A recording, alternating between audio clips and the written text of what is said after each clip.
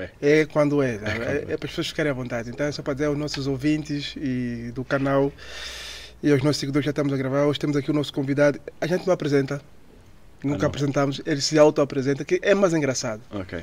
Porque eu posso dizer uma coisa. Correu mal com o Francisco. Foi com o Francisco Brito, não é? Acho que foi com o Francisco. Correu mal com o Francisco Brito. E ele, Arlindo, não é isto. É isto, eu sou isto, acho que sou uma parte. Então, a parte de hoje vocês se auto-apresentam. Porque se eu dizer alguma coisa no currículo, exatamente, que não te vê bom, então isso já. Pronto, esteja à vontade. A sua câmara é esta. Então, mas eu sou Henrique Sim. Na verdade, para me apresentar? na verdade, dispensa apresentações. Não sei. Não, dispensa. Vamos ser. Estás a ser muito modesto, Henrique. Não, estou a ser verdade, muitas pessoas que não me conhecem e sou Henrique Sim, trabalho na Fundação Engenho de Almeida, onde desenvolvo a minha atividade profissional há 16 anos.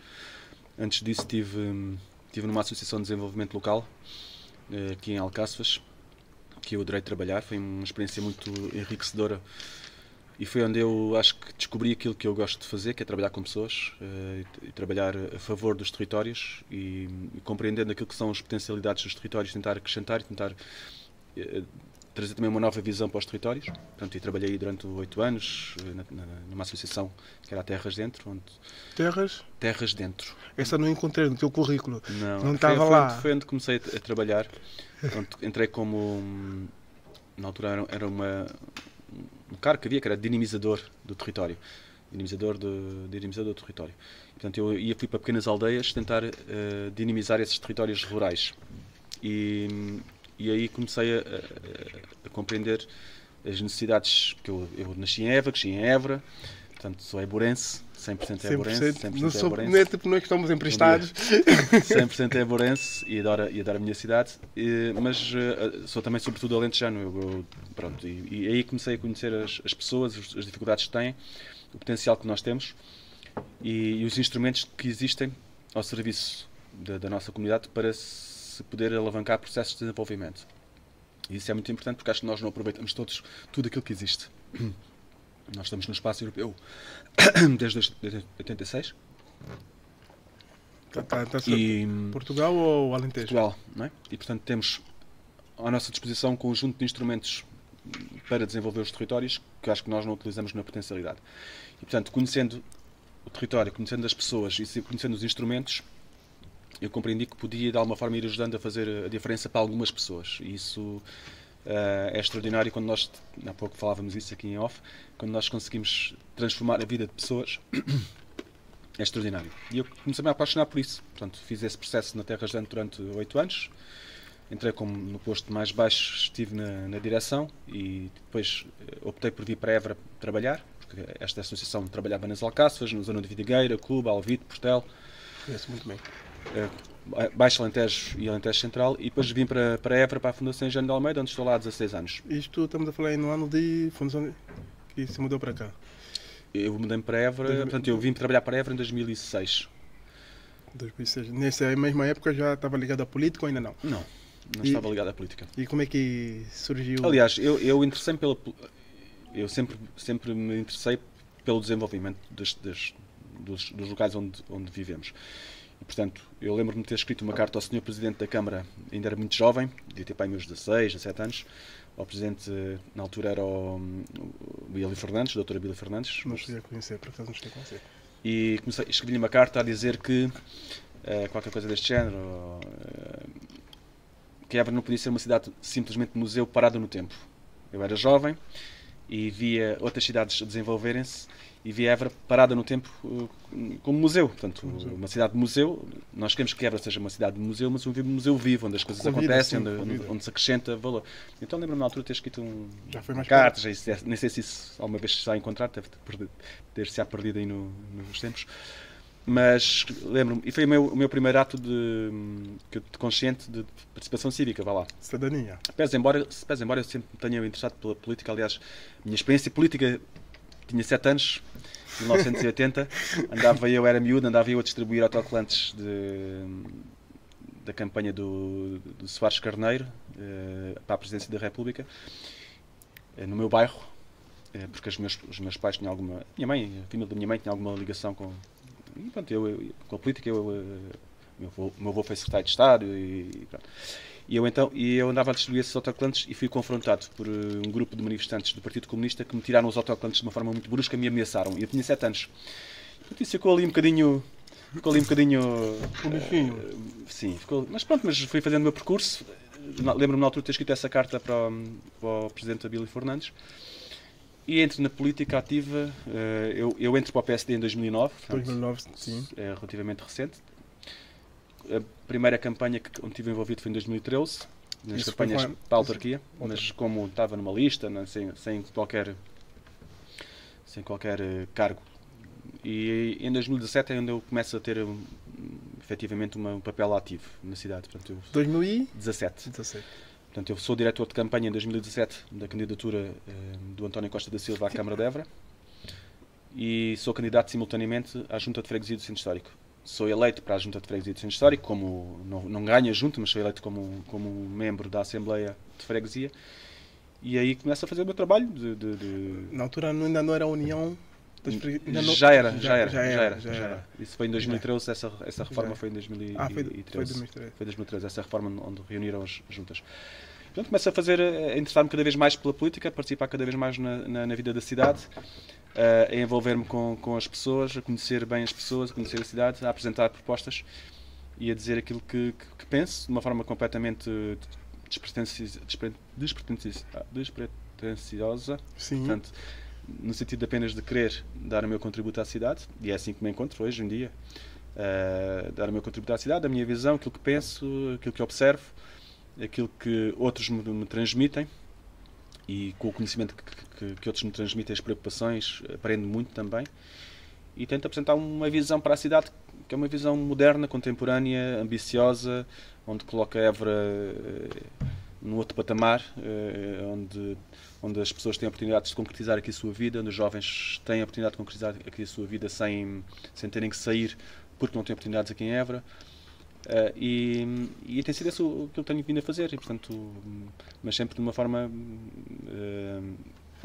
diria, horizontal, em relação com as pessoas, porque eu não sei trabalhar de outra maneira. Sim, tocaste num assunto muito importante, os jovens em Évora, e, aliás, o nosso assunto é o empreendedorismo cá no Alentejo, em Évora.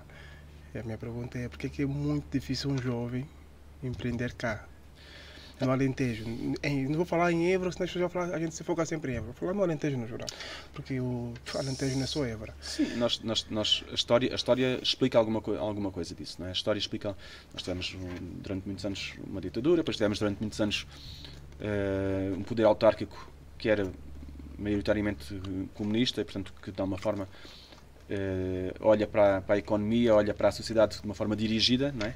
Onde diz como é que a sociedade se deve comportar e não empodera a sociedade para a sociedade desenvolver por ela própria aquilo que ela pensa. Isso é uma visão, é uma distinção muito grande daquilo que são as ideologias, e às vezes quando falamos de ideologias não se quer ver estas questões, mas estas questões são importantes. Um Partido Comunista que teve no poder autárquico quase todos os concelhos deste território alentejo tem uma visão de dirigir o território, de dirigir a economia, de dirigir as organizações, de dirigir o desenvolvimento, e o partido que eu represento hoje e a forma que eu penso é que as pessoas é que devem fazer também esse próprio processo, e por isso é que o empreendedorismo historicamente no nosso território é mais difícil, porque sempre lhes foi dito que nós dizemos como é que é, e nunca lhes foi dito vocês têm aqui as ferramentas, vocês são pessoas, vocês têm pensamento, vocês têm as competências, digam lá como é que querem fazer e vamos ajudar a fazer, que é uma forma totalmente diferente de ver as coisas. Mas eu já percebi, vou falar a minha experiência, a minha visão pessoal, enquanto agora posso dizer eborense, nesses anos de Alentejo que eu tenho cá, nesses últimos 10 anos, posso dizer, estou cá, vou fazer 12 anos, né? Eu fui me apercebendo, ano após ano, que eu acho que é muito mais fácil alguém de fora vir cá investir do que nós cá dentro investir. Sim, costuma-se dizer que os santos de casa não fazem milagres, não é? Eu acho que nós temos tudo para fazer, e eu não acredito numa visão catastrofista nem demasiado que impossibilita as pessoas de concretizarem. Eu acredito que as pessoas são capazes de concretizar aquilo que elas acreditam e quando têm capacidade, e quando têm competências, e quando lhes são proporcionadas as condições para isso acontecer. E eu acho que nós, e o vosso exemplo aqui é exemplar, é um exemplo factual. Obrigado. Vocês pensaram e conseguiram concretizar aquilo que vocês tinham pensado. E eu acho que isso é que tem que acontecer. As pessoas têm que ter essa capacidade de pensar e de querer fazer, e depois o ecossistema, as entidades que estão à volta, apoiarem esses sonhos e essa capacidade. E depois temos que ir à luta. E não nos podemos resignar de que é mais difícil. Não, que é possível de fazer programas como vocês fazem, que são bons em todo o lado. Nós temos aqui no nosso território, por exemplo, a nível do desporto, desportistas fantásticos que são bons em todo o lado do mundo. Temos empresas aqui que são boas em todo o lado do mundo. Eu acabei de vir agora de uma reunião de uma empresa que é uma empresa de ponta, está a fazer coisas de ponta aqui em Évora. Pode falar, se quiser falar. Acabei de vir de uma reunião com a Air Dream College, que é uma escola de aviação que está no nosso aeródromo, que está a montar um simulador neste momento do A320, do avião, e tem outro também, e que são empresas que estão a fazer coisas de ponta aqui que não existem. Mas é uma iniciativa privada. Portanto, eu acho que é possível. Depois, os poderes públicos têm que ajudar e não complicar, e compreender aquilo que se está a fazer e, de alguma forma, ajudar. Não ajudar a empresa, ajudar o setor, ajudar a cidade, ajudar as pessoas da cidade para as coisas florescerem. Vou lhe fazer uma pergunta meio parva, porque pronto, eu digo sempre aos nossos convidados que eu faço sempre perguntas parvas e miúdas, mas é para nossos ouvintes. Nenhuma pergunta é parva. É para os nossos ouvintes, porque nós estamos a falar de empreendedorismo e eu vou te perguntar para muitas pessoas que não sabem o que é isto. Então eu queria que você nos explicasse para os nossos ouvintes e seguidores o que é empreender. Empreender, de alguma forma, é o ato de dar consequência aos pensamentos que temos e às vontades que temos e às ideias que temos. Quer sejam ideias de negócio, quer sejam ideias sociais, quer sejam ideias na área da comunicação, nós temos a capacidade de concretizar aquilo em que acreditamos. E de efetivamente, está muito ligado à parte do negócio, não é? De empreender, criar um negócio novo, que depois vai gerar riqueza, vai gerar valor. Há uma diferença entre empreender e negócio? O empreender, nós, por exemplo, na Fundação onde eu trabalho, nós trabalhamos muito o empreender social, o empreendedorismo social, que é criar novas respostas, novos serviços, novos produtos para resolver alguns problemas sociais ou para minimizar alguns problemas sociais que nós temos. Solidão dos idosos, o bullying das crianças, enfim, a fome, a pobreza. Pronto, então, empreender, criar novas respostas, empreendedorismo social, criar novas respostas para esses problemas que já existem de uma forma mais eficiente, mais eficaz, com menores custos, com maior impacto social. Pode ser também empreender dentro de uma empresa. Nós podemos estar dentro de uma empresa e sermos empreendedores. É o chamado intraempreendedorismo. Estamos numa empresa e vamos acrescentar valor àquela empresa. Não vamos fazer simplesmente aquilo que nos dizem para fazer e vamos dizer, não, nós podemos ir por aqui, podemos acrescentar, podemos fazer mais isto, podemos fazer mais aquilo. Isso é empreender. É essa capacidade de levar por diante uma ideia, um projeto, um sonho, que depois vai gerar valor, seja valor económico, seja valor social. Há bocadinho falou que, pronto, vocês, vamos nos focar em quase tudo. Na Fundação vocês têm estão focados no empreendedorismo social. E quais são os outros que existem mais? Além deste, fora da Fundação. Isso... Sim, habitualmente fala-se no empreendedorismo social e no empreendedorismo comercial, tradicional, que é criar empresas, criar negócio, não é? Sendo que hoje em dia, cada vez mais, o alinhamento entre aquilo que é o valor económico que se cria e o valor social, ambiental, que é necessário ter, o alinhamento tem que ser cada vez maior. Ou seja, nós não podemos desenvolver empresas que prejudicam o ambiente, a sociedade. Não, nós temos que criar a chamada sustentabilidade, né? Que tem os 3 pilares, o social, o ambiental e o Mas que nem sempre isso é possível. É cada vez mais possível e tem que ser possível. É o futuro, não há outra forma. É o futuro, mas eu não concordo muito com isso, porque senão os grandes lobos estamos a falar do mercado petrolífero. Certo. Isto é quase impossível. O que acontece é que... E mesmo o mercado dos plásticos. Sim. Também. O que acontece é que os Estados, os governos, têm que ter a coragem, e isso é uma das questões que os políticos têm que ter essa coragem, de criar normas, regulamentos, para que essas empresas sejam o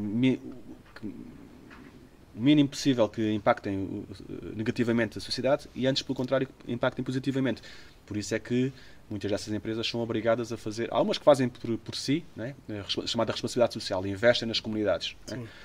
Há outras em que a regulação, em alguns países, obrigam que X%, por isso pagam impostos também, pagam impostos também para aplicar. E que não são baixos, são altos. Não são baixos. Os Estados Unidos tem esse exemplo. E há outros em que obrigam ainda a ir mais longe e fazer um investimento muito forte na sociedade e chamados os impactos, minimizar os impactos ambientais, ou mesmo compensar os impactos ambientais, que é ir um bocadinho além disso. Né? Minimizar é minimizar, compensar é, eu sei que vou fazer vai ter um impacto negativo, então eu vou compensar de outra forma. Por exemplo, a empresa, o investimento que foi feito em Alqueva, a barragem de Alqueva. Eles minimizaram ao máximo os impactos ambientais, portanto fizeram um conjunto de intervenções para minimizar os impactos, mas ainda assim a barragem teve um impacto ambiental. Tiveram que ser cortados milhares de árvores, tiveram que ser... O que é que eles fizeram? Para compensar, compraram uma herdade, que é a herdade da Coitadinha, em Barrancos, na qual... Da Coitadinha. Em Barrancos, na qual investiram e continuam a investir para criar para compensar aquilo que foi ali retirado. Portanto, fazem reflorestação, fazem estudo da biodiversidade, apoiam o lince ibérico, enfim, fazem um conjunto de outras atividades para compensar. E, portanto, isto para voltar ao ponto, o alinhamento futuro não vai ser outro que não o económico e o social e o ambiental. Não vais ter empresas que vão ter impactos negativos muito grandes. Vais ter cada vez mais empresas, são essas que vão ter sucesso, em que o resultado vai ser positivo para a economia, mas também para o ambiente e para as pessoas. Vai ser esse o futuro. Acredita que eu tenho uma ideia diferente disso, mas eu prefiro esperar para ver. Eu tenho uma ideia... caso dos carros elétricos, estás a desenvolver uma indústria, que é a indústria automóvel, sim, mas sabes que com o benefício... Sim, mas sabes que os carros elétricos nem é a primeira vez que está a ser implementada. Já foram implementadas mais vezes. Claro, e cada vez vai ser já falharam. E cada vez vão ser melhores. Vamos lá ver se desta vez mais acertam. Mas há quem pensa que é a primeira vez não. Isso já vai... se não estou em erro, já vamos tipo o quê? Na quarta tentativa ou na quinta? Sim, e cada vez estão mais eficientes e mais eficazes. E cada vez com menos impactos negativos também. Depois temos a questão da economia circular, que é todas aquelas peças que são utilizadas nos carros, que são também incorporadas na economia, não é? Não se transformam em lixo, vão ser incorporadas ou vão ser recicladas, que é muito importante também, é algo que nós também... Eu percebo, porque esse tipo de investimento de empreendedorismo, principalmente que agora está-se falando muito, ecológicos e por aí fora. Eu digo isso por quê? Porque tipo, há uma luta muito grande sobre isto e a indústria petrolífera. Para termos isto, temos que ter petróleo. Sim. É que isto aqui... Plástico. O plástico, exatamente. Plástico. E depois temos... Aliás, também vamos nas questões dos asfaltos. Mas, Badji, deixa-me lembrar-te, tocaste num ponto fundamental, e eu vou ligar com outra coisa que eu há pouco disse, que é a coragem política. Tomar as decisões certas, mesmo que isso tenha, por vezes, algum custo político. Em 2013, por aí... era um ministro, o Jorge Moreira da Silva, ministro do PSD, obviamente, mas foi ministro do PSD, que é uma pessoa brilhante que nós temos no nosso país, que está na OCDE, penso que está na OCDE ainda. Ainda está no ativo, pois não? Ele não está como político, está numa grande organização internacional, não sei se é a OCDE. Está no ativo, o político seria ser político... E ele teve a coragem, se calhar tu não te recordas, certamente, que quando nós íamos aos supermercados, nós trazíamos dezenas de sacos grandes. Ele teve a coragem de parar com isso. Isto era um desperdício brutal de plástico, uma poluição brutal. Ele teve a coragem de, quem quiser levar saco vai ter que pagar pelo saco. E as indústrias vão ter que pagar. E os distribuidores vão ter que pagar. Sim. E reduziu brutalmente a utilização do saco de plástico hoje em dia. Hoje em dia, cada vez pagas. Vais a um supermercado e pagas para ter um saco de plástico. Isso foi uma medida que na altura foi difícil de sim, mas é uma coisa que eu fazer. Sim, Mas, para dizer assim, os políticos que estão no ativo, os políticos têm que ter coragem de dizer o que é certo. Ainda que, obviamente, tem que ter um fundamento técnico e de conhecimento muito grande.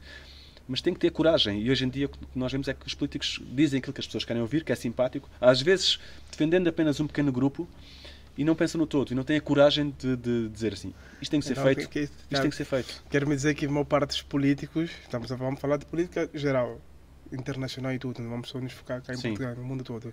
Os políticos não têm a vontade de mudar esse paradigma? Eu acho que os políticos têm a vontade, muitas vezes... Porque isso é um negócio.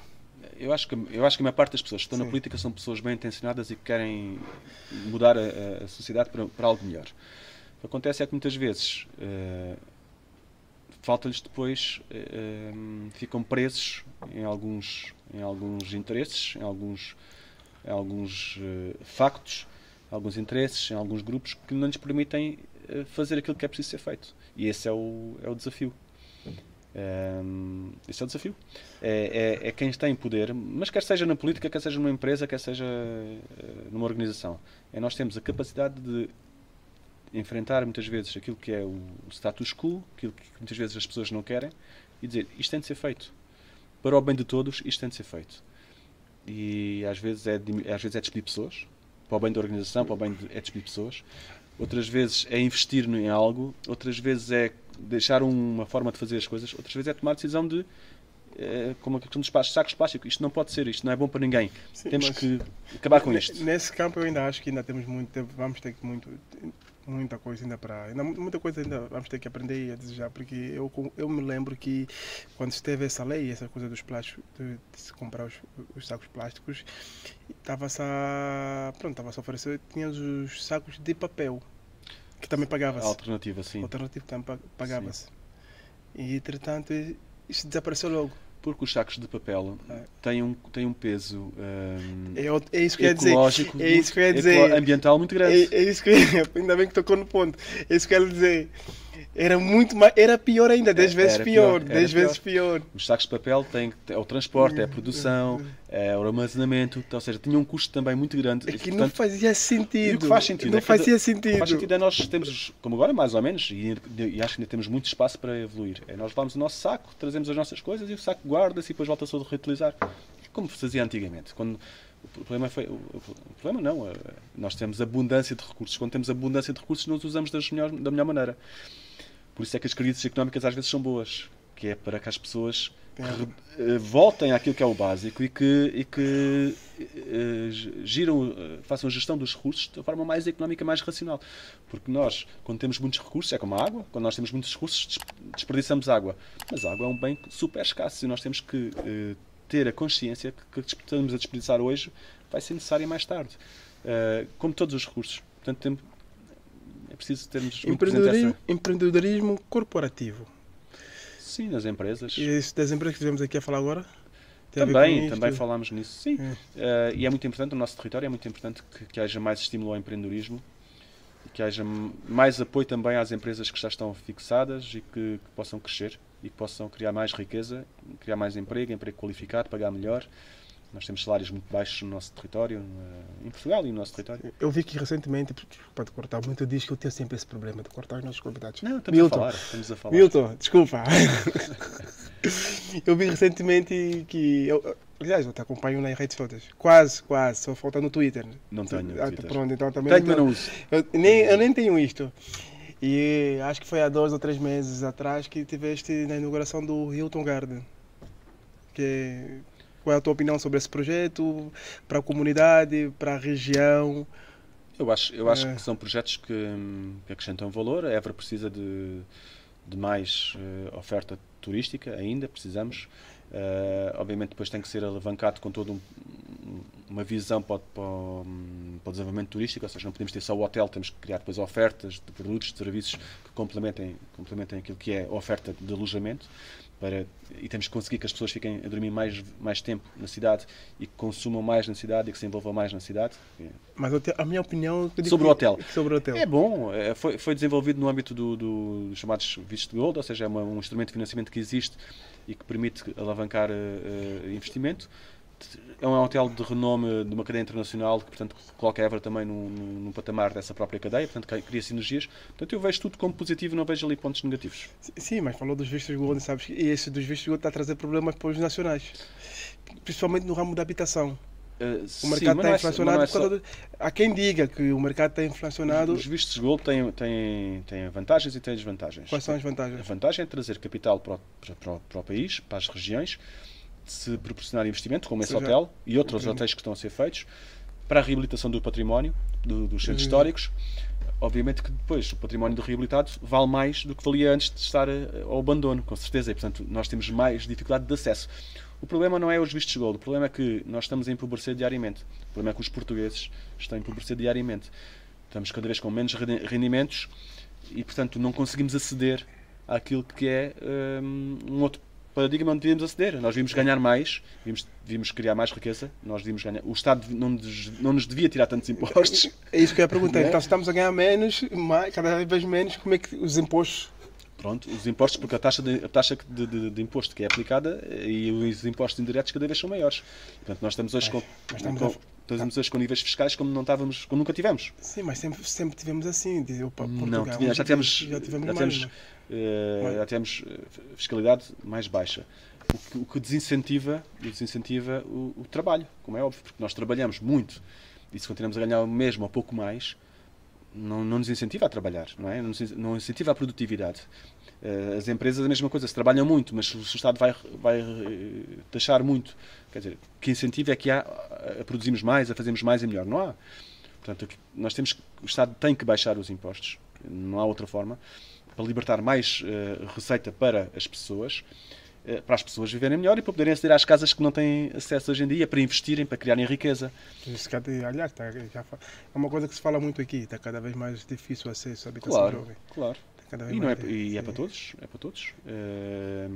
Portanto, mas isso também também não se constrói muitas casas. Évora não tem construído muitas casas. Os processos demoram muitos anos a ser na Câmara. Portanto, quando a coisa começa a acontecer, já se perdeu 2 ou 3 anos e sem um custo chamado custo de oportunidade na economia, não é? O dinheiro tem um custo. Se o dinheiro não está a rodar, tem um custo, não é? E portanto, constrói-se pouco. Nós temos que construir mais, temos que ter mais oferta de casa, lei da oferta e da procura. Mas porquê? Porquê que a gente construiu pouco aqui no Alentejo? Porque tem sido essa a política que tem sido seguida pelos municípios, de restringir... Mas a política do governo geral ou a política do partido que está a gerir a Câmara? Eu acho que isso vai me trazer problemas. Não vai nada. Não, o partido que está a gerir a Câmara tem uma visão do território que é de preencher os vazios e de consolidar um bocadinho a cidade. E eu percebo isso porque isso é importante. Mas, todavia, tem que se libertar, tem que se dar autonomia, para as pessoas investirem e criarem oportunidade para os outros. Senão, constrangir torna os terrenos muito, muito caros, depois torna-se muito cara a construção. Depois também temos com poucas pessoas no território, portanto não há pessoas para construir, as pessoas vêm de fora, as empresas de construção não têm possibilidades. Temos um grave problema demográfico. Sim. Já tivemos mais até. Estamos num problema, sim, agora temos tido mais imigração. Temos tido mais imigração, mas na realidade há aqui um problema complexo, mas tem que ser resolvido e tem que se dar sinais que queremos resolver o problema. Eu neste momento estou a acompanhar um processo de 50 habitações que estão paradas por papéis, por não sei o quê. Em que zona? Mas são habitações... Aqui em Évora, não interessa. Aqui em Évora. Porque tem algumas que têm a ver que estão ligadas a cooperativas e já tive conhecimentos disso. Eu também acompanho isto.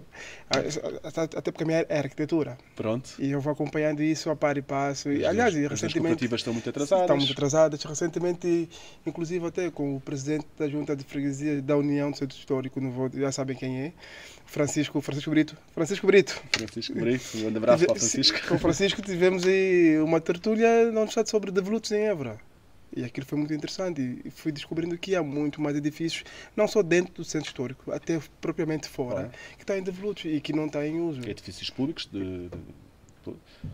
e que deviam ser agilizados e que se devia se interessar e devíamos avançar com programas de reabilitação e neste momento há fundos para isso. Lá está a história das pessoas, do território e dos fundos. Não é? E também vamos ligar isto ao triângulo tão importante. E ligando ao tema sobre empreendedorismo, que está ligado, porque as pessoas às vezes querem empreender cá no ramo da habitação e não conseguem. Exatamente. E isto é a nossa visão, juntamente com o Milton. A gente sentiu isto, por isso é a razão que nos fez de ter cá. E é necessário criar essas condições para que as pessoas... Não, pode falar, esteja à vontade. E é necessário criar essas condições para que as coisas aconteçam e não demorem tanto tempo a acontecer, porque o tempo é dinheiro, sempre ouvimos dizer.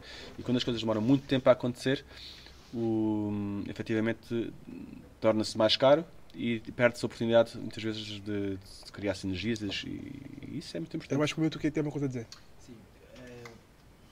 Eu tinha uma pergunta muito virada para o empreendedorismo. Mas isso para os jovens, ou seja, nós já estamos numa zona desfavorecida por estar no interior, Mas, no entanto, temos uma estrutura, ou seja, uma universidade com uma estrutura boa e com alguma experiência. Mas, no entanto, nós não vemos, por exemplo, estudantes empreendedores. Ou seja, não vemos estudantes a formarem-se e depois irem-se embora. Exatamente. O que pensa sobre isto? Ou seja, concorda com o modelo que é usado hoje? É necessário mudar alguma coisa? O que poderia ser feito para que esses mesmos estudantes pudessem gerar postos de emprego e pudessem gerar algum recurso para a economia? Nós temos uma universidade que é fantástica. Eu acredito imenso na nossa universidade, acredito imenso no potencial que a universidade tem, nos professores, e portanto eu sou um fã da nossa universidade. Ponto número 1. Nós somos dois. Ponto número 1. Sou um fã. Eu acho que há caminho a ser feito nessa dimensão. Ou seja, acho que há caminho a ser feito para... que a universidade também tem que fazer caminho aí.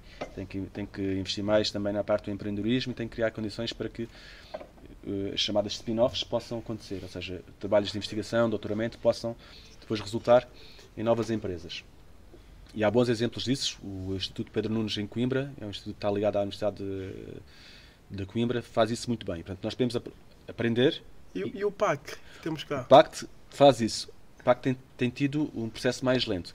Mas nós temos num território... Só para pessoas perceberem, desculpa, diz lá o que é o PAC para o nosso ouvinte. O PAC do Alentejo para a Ciência e Tecnologia. Eu sei o que é, mas as pessoas não sabem. O PAC do Alentejo para a Ciência e Tecnologia, que está lá em baixo, na zona industrial, e que está...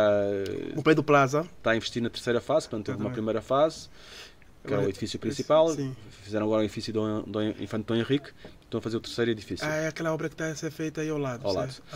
E que tem um potencial muito grande.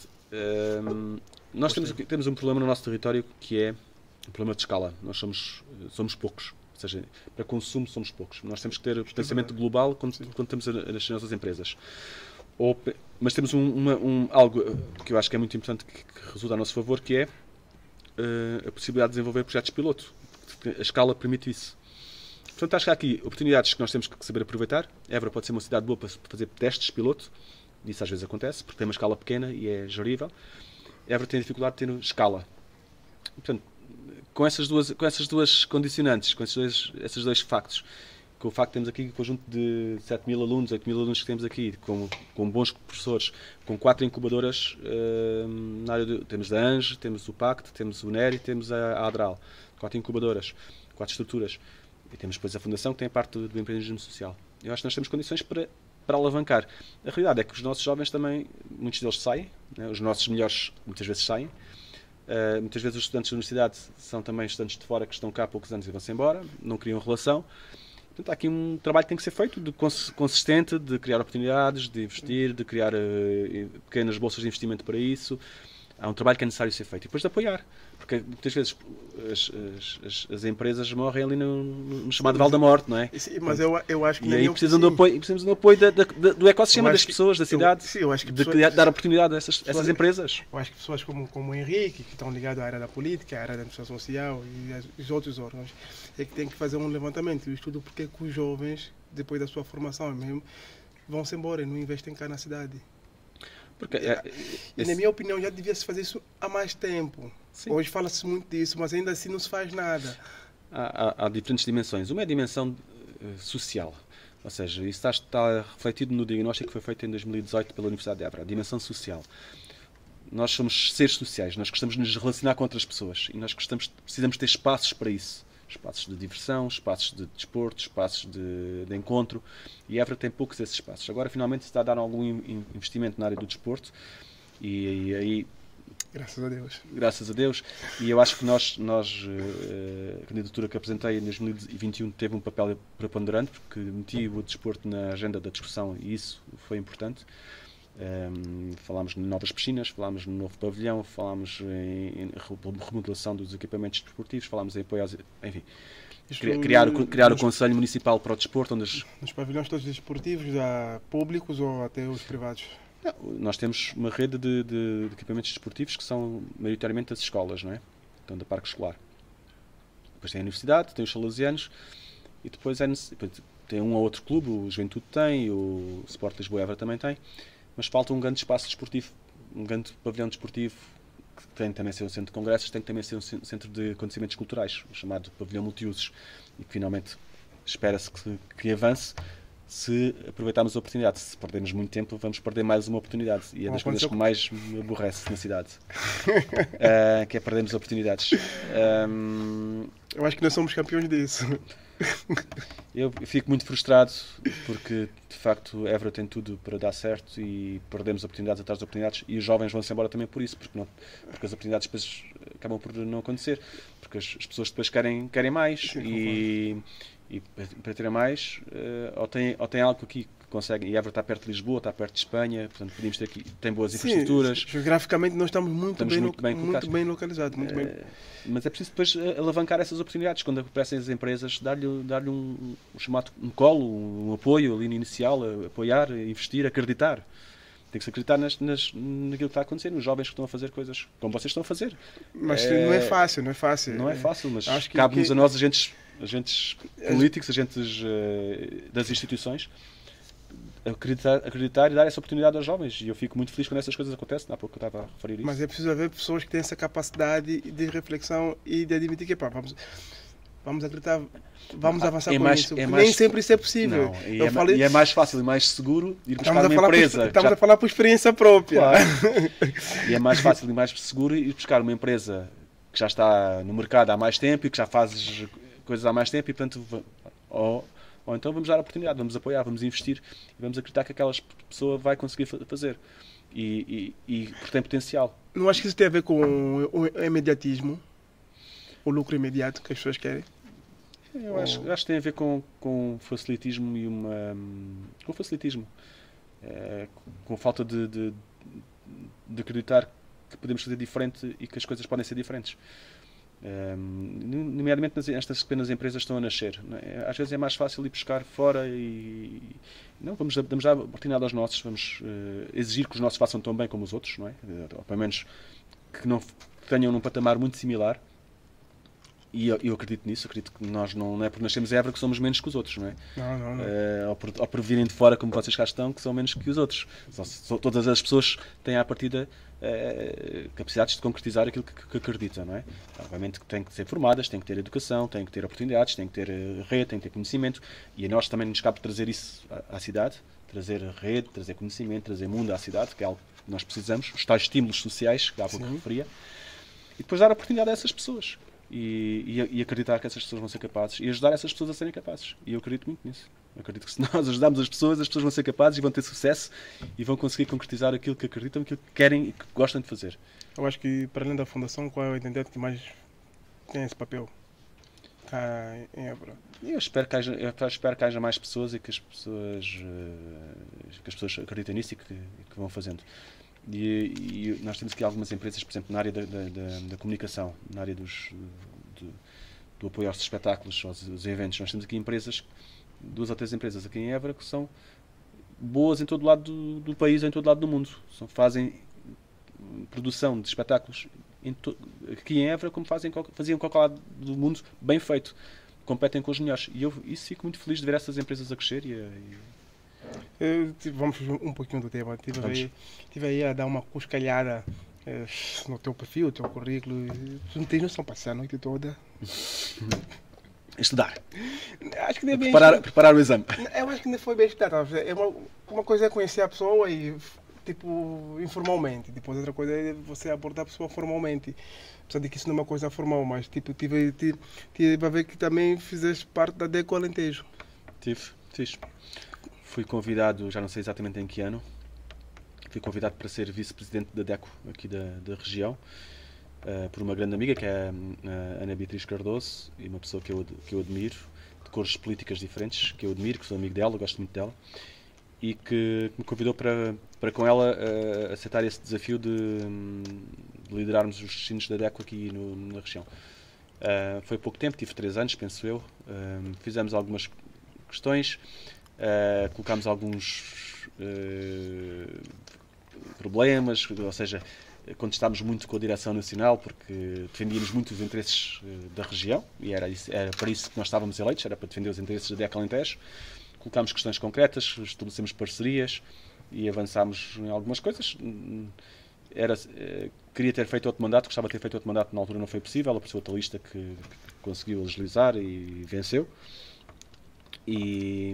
Mas foi um trabalho que eu gostei e foi uma experiência muito enriquecedora, porque conheci pessoas extraordinárias que acreditam também na defesa dos consumidores e foi uma aprendizagem para a vida e havia mais para fazer. Acho que é uma área muito importante, os consumidores estão muito desprotegidos.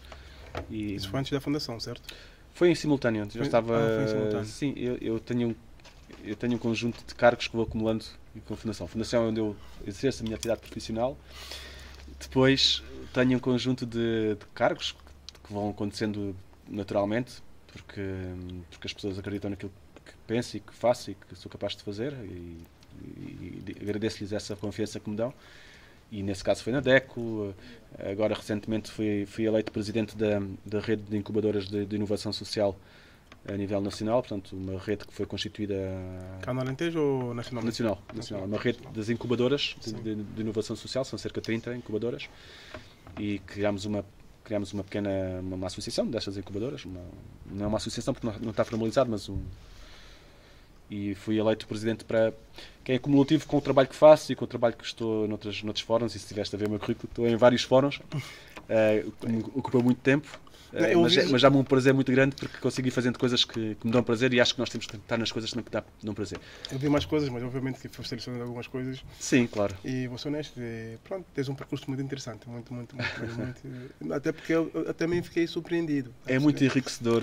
Exatamente. E eu gosto muito de me dar com pessoas e falar com pessoas e conhecer pessoas e portanto tem sido muito enriquecedor estes vários fóruns onde me vou mexendo, onde me vou envolvendo. Quer seja na área da política, da sociedade. Há bocadinho tivemos a falar sobre o Alentejo de Excelência. Inclusive também convidou o João Forte, né? Sim. Que é o presidente da Câmara de Mourão. Mourão. Vou ter que fazer um convite. O João é impecável. Sim, é impecável, porque eu me lembro... Eu conheci ele também na universidade. Infelizmente, na altura foi naquela turbulência de listas. Sim. Ele convidou-me, eu fui para outra lista, e ainda bem que fui para outra lista porque eu ganhei. Ganhaste. Foste com a Ana, não? Não, foi...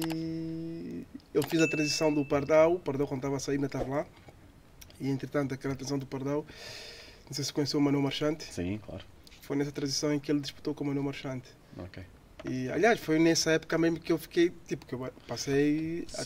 É tudo gente 5 estrelas, gosto imenso de todos eles. Exatamente. Às vezes eu digo isso, eu tenho a sorte e a felicidade de, pronto, entrar no meio. Eu acho que, tipo, não sei se foi o meio que me escolheu ou eu que escolhi o meio, mas, tipo, estive lá com aquelas pessoas certas, ia fazer coisas pela cidade, pela universidade, andamos pelo país afora, ainda me lembro que aquele movimento Propina Zero, Sim. Eu fiz parte disso, ainda fomos na delegação da educação em Lisboa. Foi uma coisa linda. Eu tenho a sorte de ter trabalhado com o Pardal, com o Marchante, com a Ana Rita, com a Fernanda. A Ana Rita já... Não, a Ana Rita foi quando eu desisti daquilo. Agora com o Henrique Gil. A Ana Rita é a Ana Rita... pois é das artes. A Ana Rita Silva, sim.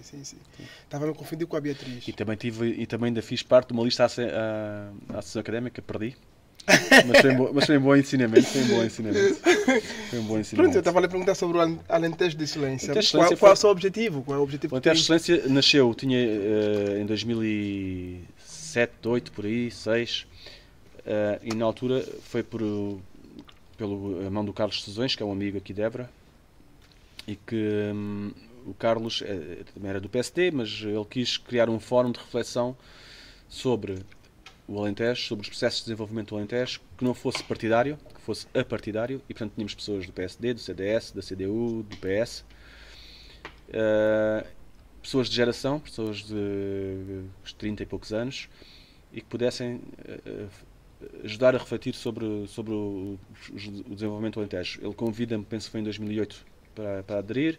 Eu fui membro fundador da Associação Alentejo de Excelência, com ele, com o Frederico Carvalho, com um conjunto de pessoas muito boas. Foi em que ano?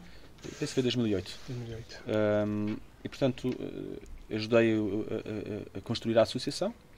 O Carlos foi presidente da direção durante alguns anos, eu já sou presidente há demasiados anos. Eu quero libertar-me desse cargo, porque acho que precisamos de renovar e pensamento e ação. E se fosse em África, iam falar que és um ditador. Não, já estou há demasiados anos, portanto quero sair. Já não sei há quantos anos estou, mas já quero sair. Tem feito coisas muito boas. Portanto, a ideia era criar um fórum de reflexão sobre os processos de desenvolvimento do Alentejo. E depois uma parte de solidariedade, portanto ajudarmos algumas associações do nosso território, do Alentejo, uma parte de promoção do empreendedorismo. E depois, curiosamente, nesse processo ajudei a criar um outro organismo, que é o Instituto Ibero-Americano de Turismo Rural, no qual estou como vice-presidente, para promover o turismo em espaço rural como instrumento de desenvolvimento do território. É um fórum que foi criado aqui por Portugal, por mim, em Espanha, por uma pessoa de Espanha e por uma pessoa do Panamá, da Costa Rica, exatamente. E, portanto, neste momento envolve 300 organizações e é um movimento fantástico de promoção de desenvolvimento sustentável nos territórios através do turismo rural, onde também estou envolvido e também dou o meu pequeno contributo. E a Alentejo Excelência tem sido um bocadinho de palco para outras questões. Lançámos também aqui em 2015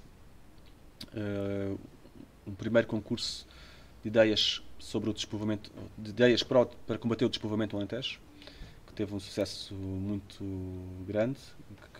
Nós tínhamos com esse objetivo, com esse concurso, duas ideias. Um era ter novas ideias para combater o despovoamento e o segundo era colocar o tema do despovoamento na agenda política. Ou seja, senhores que decidem o nosso país, por favor, tomem consciência que nós estávamos a perder nessa altura 10 pessoas por dia. O Alentejo. O Alentejo. Estamos a falar em média. Desde o alto e baixo Alentejo. Em média, em 2015, estávamos a perder 10 pessoas por dia. Na última vez que fiz estas contas, há 2 anos, talvez me convidaram para ir falar sobre estes temas, estávamos a perder 15 pessoas por dia. Em média. Ou seja, entre 2011 e 2021... Faixa etária. Tudo malta jovem ou... Entre 2015 e 2021 perdemos, em média, 15 pessoas por dia. São muitas pessoas. No nosso Conselho de Évora, perdemos 3.000 pessoas nesses últimos 10 anos, sendo que dessas 3.000, 1.000 eram jovens. E, portanto, quando temos um território que perde este conjunto de pessoas, que perde jovens, e em concreto no Alentejo, em Évora, 70% dos jovens de ensino secundário querem sair de Évora, querem ir para outros. É um território que, ou se inverte isto, ou não tem futuro. Ou então vamos ter um Alentejo que é povoado por pessoas que não são daqui, não tem problema nenhum, mas que vai criar, de facto, algumas tensões se não forem bem integradas. Isso é um problema também que nós temos para resolver. O Baixo Alentejo tem esse problema para resolver. Nós vamos ter esse problema a breve trecho, que é pessoas que vêm para o território, que não são enquadradas, que são muitas vezes trazidas por máfias e que não são enquadradas no território, vão criar, vai haver tensão social, porque essas pessoas não têm escolaridade, não estão integradas, os filhos, não sei o quê, vai criar... Portanto, é um problema que nós temos para resolver, problema demográfico. Nós temos de ter pessoas, temos de trazer pessoas novas, mas essas pessoas têm que ser acolhidas, têm que ser integradas, têm que ser criados, tem que haver uma comunhão muito grande de todos. E eu acho que isso é um problema que nós vamos ter para resolver. Sim, mas falando nesse assunto, eu digo sempre aos meus colegas, amigos e por aí fora, que isto é muito bom falar, mas é uma coisa muito difícil de se fazer. É difícil de fazer. Difícil. Nós na Fundação estamos a fazer... Por ambas as partes. Claro. Não é só pela pessoa, pelo imigrante, não, mas também pela pessoa que está a receber. As pessoas, e até mesmo com não é fácil. E até mesmo com pessoas nacionais que vêm para o território. Por exemplo, uma oportunidade que nós não soubemos aproveitar foi a pandemia de Covid e as pessoas que vieram, os chamados novos rurais, né? Pessoas do urbano que vieram para o território. Se vieram aqui estabelecer, compraram o seu monte e depois o que é que acontece? Essas pessoas contratam uma senhora para ir lá fazer a limpeza à casa, contratam um senhor para tomar conta da horta e das coisas, mas não há uma integração verdadeira com a sociedade, com a comunidade para onde foram viver. Não participam numa associação de recreativa, não vão aos cafés estar com as pessoas, não se envolvem com a comunidade. E, portanto, o que é que vai acontecer? É que isso vai criar tensões. Quando as pessoas não se conhecem, há tensões. E quando as pessoas não participam... Portanto, isso é uma grande oportunidade, que nós precisamos de gente nova, mas precisamos de acolher essas pessoas com toda a dignidade e integrá-las verdadeiramente. E estava só a dizer, nós na Fundação estamos a fazer esse trabalho agora com a comunidade ucraniana, o resultado da guerra. Sim, eu acompanhei. E o que nós estamos a fazer é essas pessoas estarem connosco, conhecerem as outras pessoas, conhecerem as pessoas da cidade, envolverem-se, conhecerem as instituições, conhecerem a história da cidade. E se isso acontecer, se as pessoas conhecerem, as diferenças acabam e passam simplesmente a ser pessoas. Somos uns e outros, somos pessoas, todos iguais, com a cor da pele diferente, com o país diferente, com a língua diferente, mas somos pessoas que nos entendemos e compreendemos uns outros. E se esse trabalho não acontece, a coisa corre mal. E portanto, o Alentejo pode acontecer. O que está a acontecer em Beja, neste momento, Beja tem, penso que são 300 sem abrigo. A cidade de Beja, 300 sem abrigo. É muito. É brutal. Nós aqui em Évora temos 40, 50 por aí. Para já. Que também já é muito. Se não tivermos cuidado, vai acontecer isso. E depois o que acontece? São pessoas que vão criar, porque não têm rendimento, vão fazer os pequenos furtos, depois vai haver pensamento, vai haver percepções sobre todas aquelas pessoas. Portanto, ou nós olhamos para estes temas com alguma visão e antecipação e atuamos, temos que ter a visão. Temos que antecipar e temos que atuar. Senão se deixamos tudo fluir, a coisa corre mal. Quando diz nós enquanto Câmara Municipal, porque também as pessoas sabem que és vereador da Câmara, ou enquanto presidente do PSD? Enquanto pessoa. Enquanto pessoa. Eu olho para isto enquanto pessoa. Não é preciso. Não, só para os nossos ouvintes e seguidores também. Enquanto Henrique, sim, eu olho para isto. É como a história, por exemplo, das pessoas ciganas. Não é? Quer dizer, nós andamos a tapar o sol com a peneira, porque os problemas estão aí, as pessoas estão aqui, as pessoas vivem aqui na cidade, e nós temos a capacidade de ir incluindo essas pessoas, ou vai dar asneira, e as pessoas dizem, os ciganos têm que ser todos embora. Está bem, mas mandamos-os para onde? A minha esposa cigana. Não é? Mandamos os ciganos para onde? Metemos-nos num barco e mandamos-os para onde? A minha esposa cigana. Diz? A minha esposa cigana. É cigana, eu não sabia. Estou a brincar, mentira. Podia ser, ainda bem. E tenho pessoas que são amigos que são... Mas a questão é, estas pessoas, ou nós integramos essas pessoas e depois, as pessoas não querem ser integradas, as pessoas não têm educação, muitos deles não têm educação. Claro que há os traficantes, há isto, aquilo, e estes têm que ser punidos. É como tudo. Estes têm que ser punidos pela lei, ponto final parágrafo. Agora, quando estamos a falar de crianças que nascem com... Crianças, 3 a 4 anos, culpa é que essas crianças têm de ser ciganas. Se forem integradas, se fossem educadas na minha família de casa, não é? Se calhar daqui tinham estudos e faziam a sua vida normal. Portanto, o contexto é importante. Portanto, nós temos que olhar para essas pessoas, temos que criar condições para essas pessoas serem integradas, incluir e dar a educação e tentar minimizar, porque senão o que vamos acontecer é que daqui a uns tempos vamos ter problemas sérios, como Mourão já tem imensas pessoas ciganas, porque é normal, Estremoz já teve problemas com isso. Estremoz já tem conhecimento. Nós temos que olhar para esses casos, quer sejam ciganos, quer sejam ucranianos, quer sejam cabo-verdianos, angolanos, moçambicanos, portugueses, o que for. Temos que olhar para essas pessoas e como é que nós integramos essas pessoas e ter políticas ativas. Não é pegar nelas e mandá-las para lado nenhum, porque são pessoas, não é? Não é andar a prendê-las todas. Depois fala-se muito da questão do rendimento social de inserção, e aproveito para esclarecer que Évora tinha 900 pessoas nessa condição, neste momento penso que são cerca de 400, portanto houve uma redução. Não é um custo por aí além, é um custo que tem que ser, que o Estado deve desenvolver para essas pessoas estarem integradas, senão vai dar asneira. E isto não é politicamente correto dizer isso. Hoje em dia é politicamente correto dizer mal dessa malta e vamos cortar os subsídios todos e vamos prendê-los todos, não sei o quê. Isso é ser populista e não ser realista. Ser realista é estas pessoas existem, como é que nós vamos criar condições de todos nós nos darmos melhor. E todos nós fazemos as nossas vidas da melhor forma possível. Nós, as pessoas que vivem na cidade, terem menos roubos e terem menos situações, esses miúdos terem educação e terem acesso à saúde e a coisa funcionar. De outra maneira, vai dar barraca. Só que não é fácil. Não é nada fácil. Os cajus estão bons. Estão muito bons. Parabéns. Muito bons. Olha, é o segundo que passa a cair diz isso. Muito bons. Podes continuar. Tens futuro como fazedor de... Não, foi a minha mãe quem fez. Está a brincar. Eu vi logo. São os cajus da mãe. Isto é um negócio... Não, empreendedores começam assim. Sim. Alguém faz um... Tem aqui um nicho de negócio. Eu já pensei nisso. Mas são plantados por ti, não? Não. Tu compras e faz a transformação. Não, produzir. O meu pai tem uma quinta. Sei lá. Pronto, meu pai está ligado ao negócio da agricultura. Ah, é? Sim. Eu não gosto de dizer isso, mas pronto. Então, ok. Os meus pais estão ligados ao negócio da agricultura e pronto, totalmente, 100%. Boa. Às vezes eu brinco e digo que fui formado com dinheiro dessas coisas, da agricultura. E entretanto, ela como veio para cá e eu cresci a comer isto e eu pedi que é para ela fazer e trazer. Boa. Até porque pronto, ele produz os amendoins, produz abacate, o tomate, batata. Mas Isso em Angola, tudo em Angola. Isso em Angola. Boa. Só que pronto, produzir essas coisas, tudo biológico. Bom, Não é como aqui, mas pronto. E eu disse, pá, vou dar a honra dos meus convidados de provar uns queijos originais. Boa. Diferente do pingo Sim. doce. Esse sabem bom. Isso é mesmo feito à panela de barro. Parabéns. Obrigado.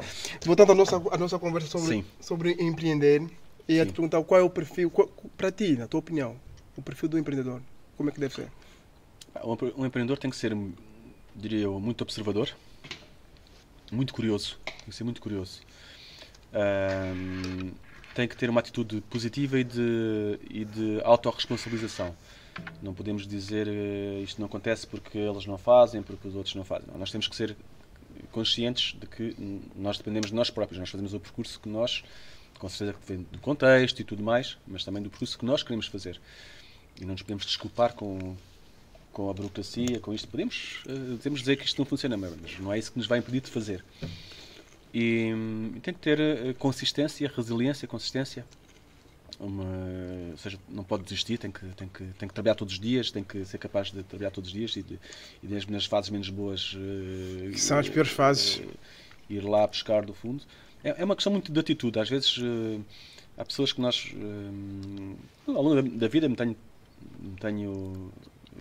conhecido e que dizem, eu sou empreendedor ou estou a fazer o processo de empreendedorismo, e eu digo, bem, ok, não te vou dizer nada, mas não vais lá. Não vais lá não é porque não queira, é porque não tem aquela fome, aquela fonte, aquela capacidade de ir, de ganhar e de fazer e de arriscar e de sair daquilo que é as 4 linhas que habitualmente nos disseram que era para fazer, não é? Nós temos que às vezes pensar diferente, chamado de pensar fora da caixa, é mesmo assim, é pensar... É o que a gente faz sempre. Sim, porque é que eu ia fazer sempre da mesma maneira, você vai fazer diferente, vou ter a ousadia de fazer diferente, vou arriscar, ainda que no caso, quando estamos nas organizações, ainda que a minha chefe me diga, ou que o meu chefe me diga que é para fazer assim, eu vou arriscar, vou fazer diferente. Vou arriscar. E depois a coisa vai resultar e vai funcionar. Por acaso, eu sempre fui uma pessoa que sempre pensei fora da caixa. Sempre. E não ter receio de expor, de dizer aquilo que acreditamos. E é uma atitude e faz toda a diferença essa atitude. E é isso que nós tentamos fazer nas escolas, nos programas nas escolas que fazemos com os miúdos, é dar-lhe essas competências, dar-lhe esses skills, ensiná-los, expô-los ao risco, obrigá-los a expor-se, a pensar fora da caixa, a investigar, a conhecer. Tem que se conhecer muito, tem que se trabalhar muito. E essa diferença depois vai acontecendo. Mas eu acho que isso é uma coisa que se inculta já desde o berço. Pode ser incutido desde cedo. Achas que nós cá em Portugal, no Alentejo, vou falar nós, os jovens, não vou falar já, não temos essa capacidade de empreender? Não, nós estamos muito aquém. Nós estamos como os outros. O contexto é diferente. Nós somos para o norte, há muitas empresas, as pessoas estão mais habituadas a arriscar e a trabalhar nas empresas. Também tem mais capital. Pronto, também tem mais capital. Nós aqui estamos mais habituados a olhar para aquilo que é o trabalhar por conta do outrem, não é? Trabalhar para os outros. Para uma câmara, para os serviços públicos. Pronto, estamos mais habituados a isso. E, portanto, há que trabalhar mais cedo, ao trabalhar essa dimensão nos miúdos, que é para quando forem para o trabalho, para o mundo profissional, serem capazes de ter essa forma de pensar. Isso trabalha-se. Nós estamos a fazer isso com as escolas, estava-te a dizer. Quais escolas? Todas? Nós estamos a formar cerca de 150 miúdos por ano. É o que conseguimos fazer na Fundação neste momento. Isso na Fundação? Sim. E portanto, o que conseguimos fazer é fazer esses programas de empreendedorismo nas escolas. E o que vemos é que, de facto, há uma transformação brutal dos miúdos. Por exemplo, uma coisa que nós fazemos aos miúdos é, eles têm que pensar as suas ideias, têm que conhecer, pensar as ideias e apresentar as ideias aos outros. E teres miúdos de 16, 17 anos, como nós fazemos, num auditório com 150 pessoas, eles em cima do palco a apresentar a sua ideia, é muito assustador, mete medo, não é? Qualquer um de nós vai para cima de um palco com 150 pessoas a olhar para ele, mete algum respeito.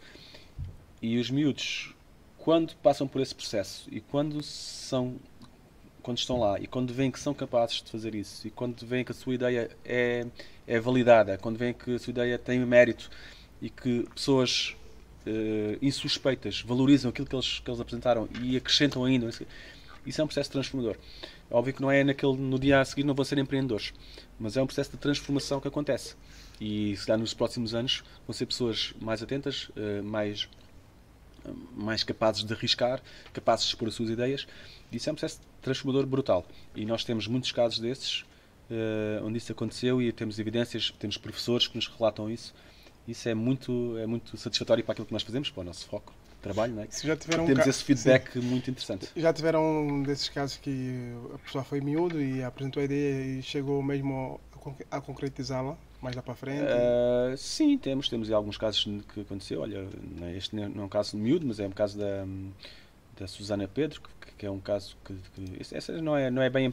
Ela estava desempregada, fez o curso connosco e hoje tem que é a Sociedade do Bem que está a fazer. Mas há miúdos que muda-lhes ali a forma de pensar e a seguir são miúdos completamente para a frente. O Tomás Queiro, que também tem... Tomás Queiro. Tomás Queiro não foi connosco, exatamente, mas nós também demos muitas oportunidades para ele fazer, para ele testar. Estou a ver quem? Tomás Queiro, da City Check. Conheces? Exatamente. Demos-lhe trabalhou muito connosco. Aliás, ele está a fazer estes programas agora nas escolas também. Ele e outras pessoas. E, portanto, são pessoas que nós vamos dando apoio, o tal colo que eu estava a referir. Ela tem, inclusive, ainda tem uma forcinha na campanha, se não tenho erro. Não deu muito. Não foi aquela forcinha, mas pronto. Deu apoio, acho que deu apoio. Eu estou atento a tudo. Eu tenho certeza, mas acho que ele deu apoio. Não, o Tomás é um puto. Sim, é porreiro. É uma pessoa muito observadora. Com quem criei uma relação de amizade também. Não, mas isso é uma coisa que você tem, isso é uma coisa boa que tu tens. Posso tratar por tu, né? Claro que sim. É uma coisa boa que tu tens. E eu já reparei, ainda há tempos estive a falar com uma pessoa que eu conheço muito bem, que é a Filipe Oliveira. Filipe Oliveira, um abraço. Não sei se conhece a Filipe Oliveira. Do Grupo Espinheiro. Sim. Que é a família do Hugo Oliveira. Sim.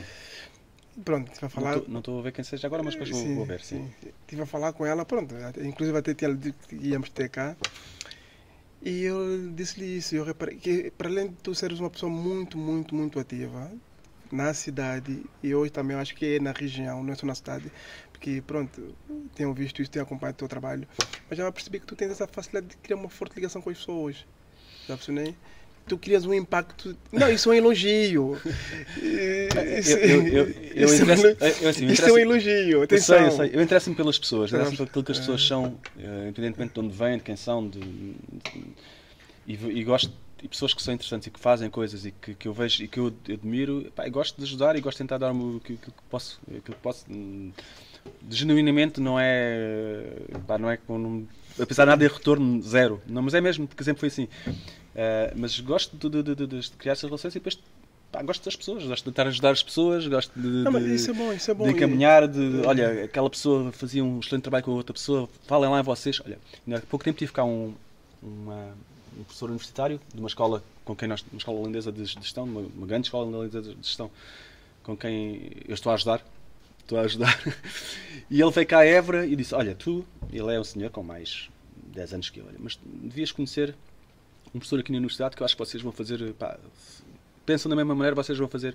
Então telefonei ao professor Paulo Neto, conheces? Sim. Sim. Paulo, vem cá conhecer esta pessoa, falem os dois, vocês vão ter certeza que se vão... E eles falaram os dois, aquilo fez logo faísca, e pronto, já estão a fazer cenas juntos.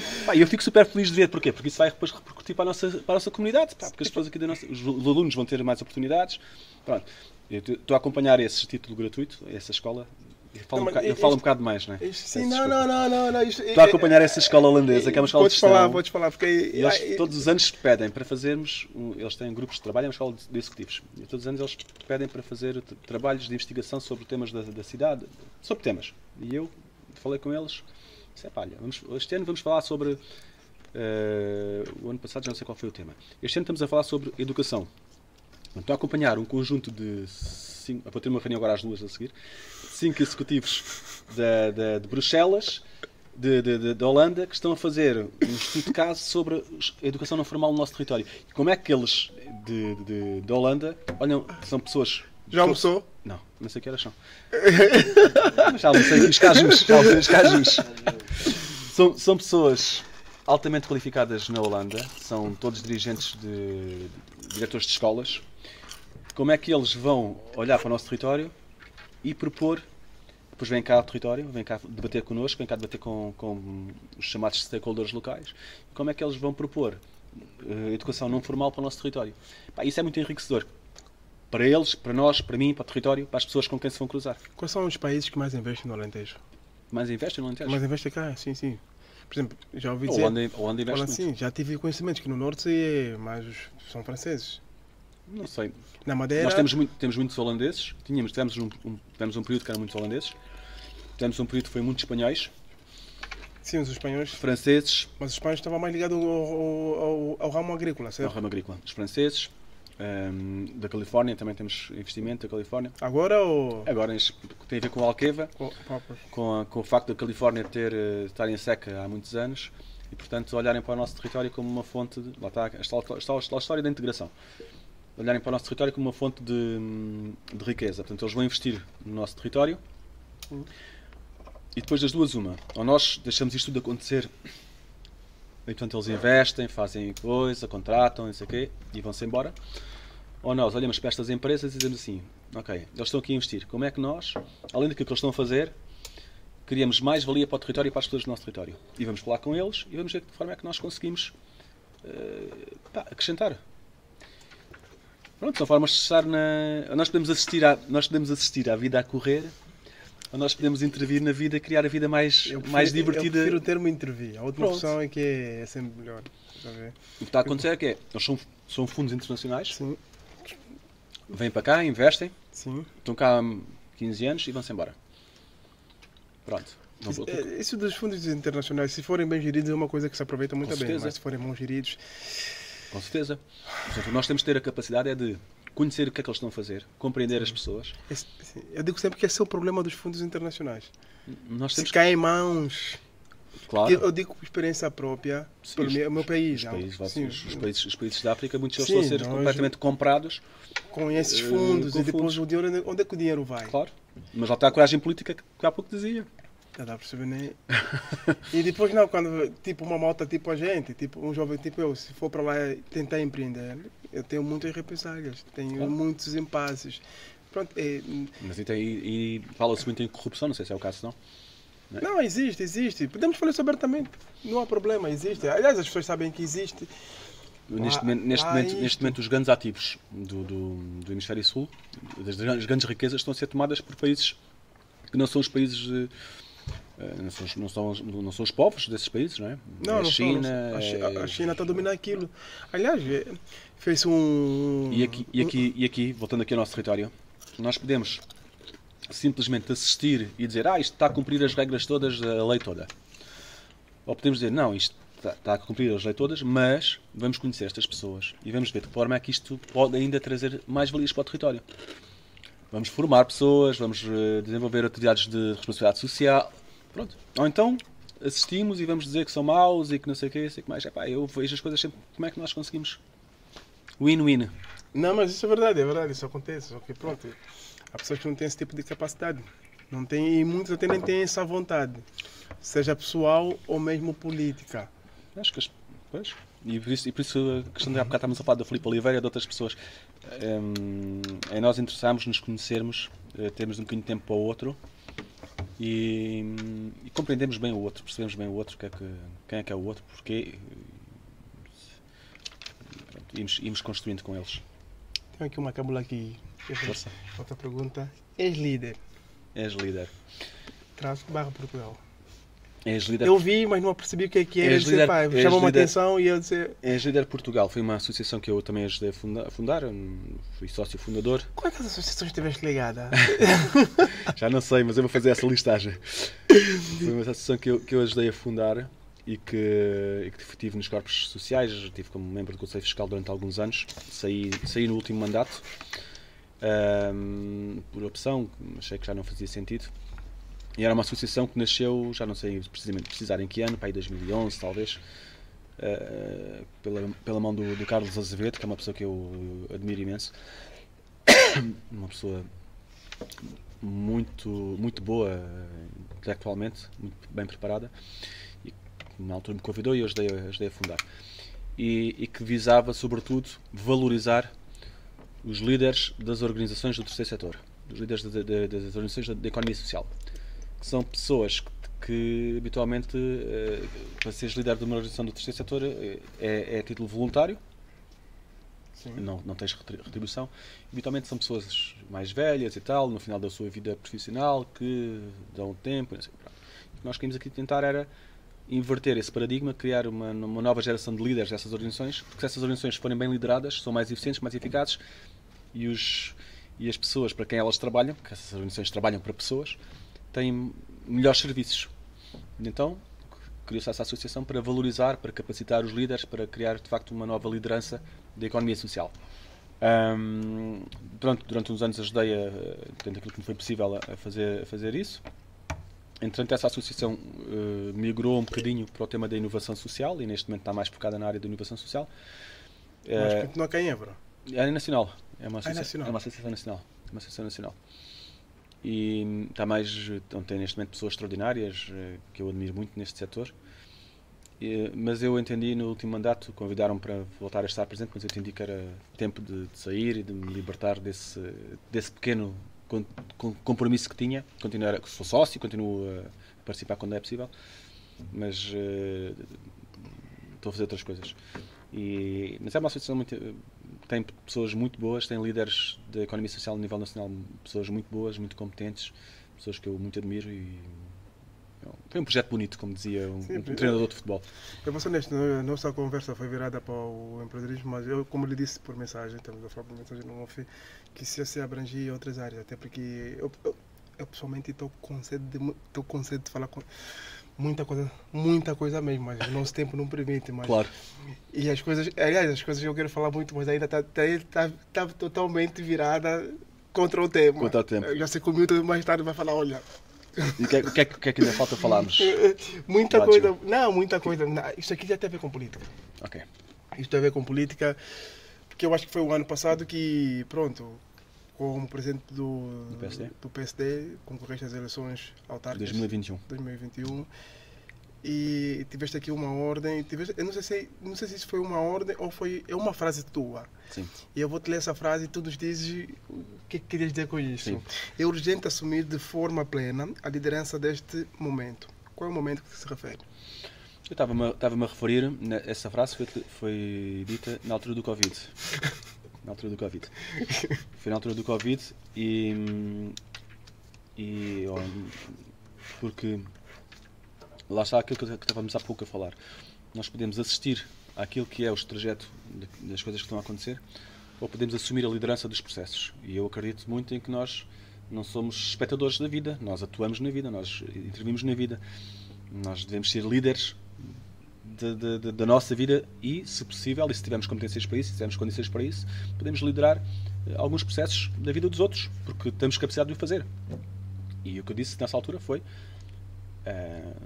relativamente ao município, estavam a acontecer uma série, também por desconhecimento que na altura existia, enfim, por alguma ausência havia um conjunto de questões que não estavam a ser feitas. E o que eu disse foi que nós temos que assumir plenamente a liderança do momento. Foi mais ou menos essa frase que na altura utilizei. Eventualmente poderei ter utilizado mais tarde. E está como está. Também em campanha eleitoral. Também em campanha eleitoral, porque saiu bem. Mas o que eu quis dizer foi que nós temos que liderar os processos. Nós não podemos ficar a olhar para os processos acontecer. E na altura envolvi-me muito também na parte do apoio ao Covid e dei o meu contributo enquanto eborense, enquanto pessoa, também para tentar agilizar. Fizemos uma campanha de recolha de fundos, entregámos um conjunto de Na altura não havia uma coisa tão básica que era os termómetros para tirar a temperatura. Pronto, uma coisa tão básica. Falei montes de horas com pessoas na China, como é que era, como é que não era. Foi uma experiência. Falei com fornecedores locais, como é que podíamos fazer. Foi uma experiência muito gira. Muito gira? Hoje a olhar para isto. Hoje, sim, mas... E provavelmente poderei ter utilizado essa frase também em campanha, que é, nós estamos num processo, nós estamos numa altura em que eu sou eburense, já vi perder Évora perder várias oportunidades, boas oportunidades, bons envelopes de financiamento. Eu acho que nós temos que, de uma vez por todas, liderar e não voltar a perder oportunidades, senão os moços vão-se embora, as moças vão-se embora. Sim, temos agora essa oportunidade de Évora 27. Pronto, exatamente. Porque, assim, aliás, para essa questão de empreender mesmo, o Évora 27 é uma ótima oportunidade, mas resta saber... Eu tenho sido um bocadinho crítico no processo, porque acho que o processo está muito lento. Do Évora 27? Do Évora 27. E tenho falado com... Qual o processo que está lento? O processo de empreender ou mesmo o próprio processo? Bádio, nós há bocado falámos do pavilhão multiusos, que é uma peça central do Évora 27. É uma peça central que, ou vamos buscar financiamento agora para o fazer, ou perdemos a oportunidade, porque 15 milhões para fazer um pavilhão não vão aparecer outra vez. Não é? E portanto, ou nós fazemos o programa, ou seja, o que é que nós queremos para o pavilhão? O projeto, nós candidatamos, nós temos que fazer o concurso de empreitada, nós temos que ter visto o Tribunal de Contas e depois temos que construir aquilo até 27.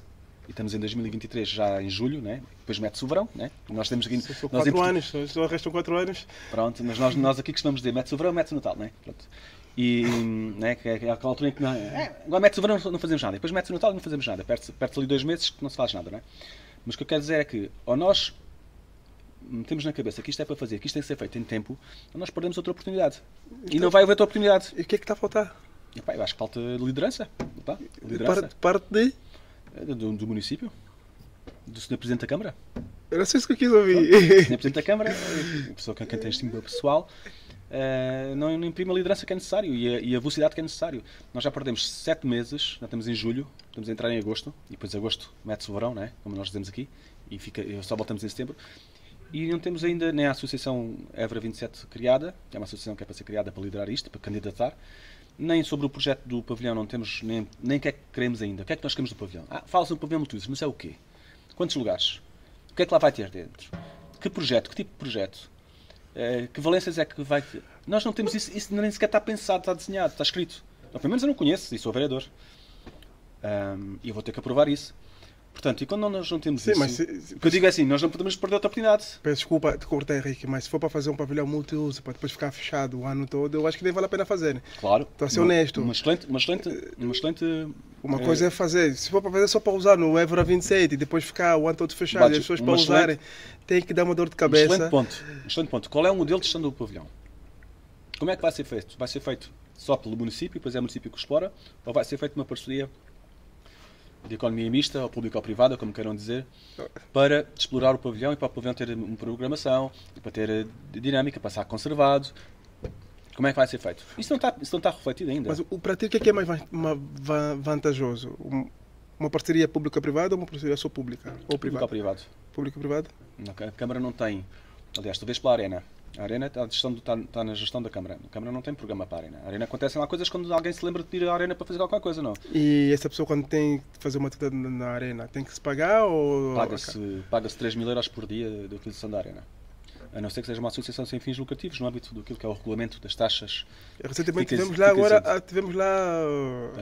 as corridas touradas, que foi Não, as corridas... Já agora deixa-me dar aqui um abraço ao Guga. Vai, Guga, um abraço, amigão. O Guga e o Zé Maria. O Zé Maria também tem que passar cá. Tem que passar por cá. Mas a empresa da Aroma aqui tem 5 corridas por ano. Tem 5 vezes a utilização por ano. Todas elas? A empresa, porque foi o acordo que foi feito na altura, quando foi feita a remodelação do equipamento, foi ficar com 5... O equipamento era dessa família, dessa empresa. A Câmara recuperou, investiu lá o dinheiro. E quando faz a obra, a Câmara fica com a utilização durante, penso que são 20 ou 25 anos, mas cede a utilização gratuita à empresa durante 5 vezes por ano. Acho que estava em 8 vezes, passou para 5, acho que é assim. Mas para dizer que, voltamos ao pavilhão, a Arena está neste momento explorada pela Câmara. A Arena não tem uma programação, a Arena não é dinamizada. A Arena acontecem lá coisas quando alguém se lembra que quer lá fazer coisas. O que pode acontecer com o pavilhão. Portanto, e depois, o pavilhão tem um custo brutal de manutenção. Portanto, nós temos de ter uma parceria estratégica que cria um programa, dinamiza o espaço, cria eventos e com pouco dinheiro do erário público, preferencialmente, porque o dinheiro do erário público da Câmara Municipal tem que ser para arranjar as estradas, para investir, para manter a limpeza do... Não é? Nós não podemos meter 600 ou 1 milhão por ano no pavilhão. Não dá, não é viável.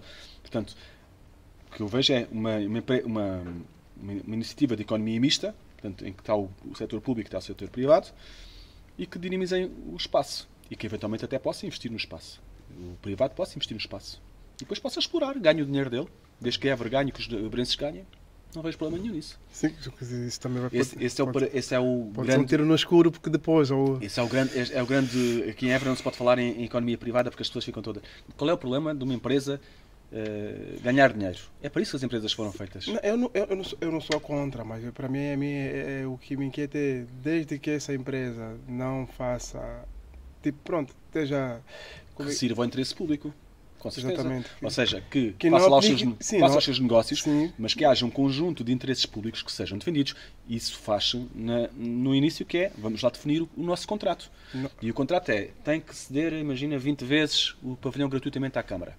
Tem que apoiar cada vez que a Câmara... Pronto, vamos definir o que é que queremos. Porque estamos a falar de uma cidade que praticamente tem para aí vamos falar de 60% de associações juvenis.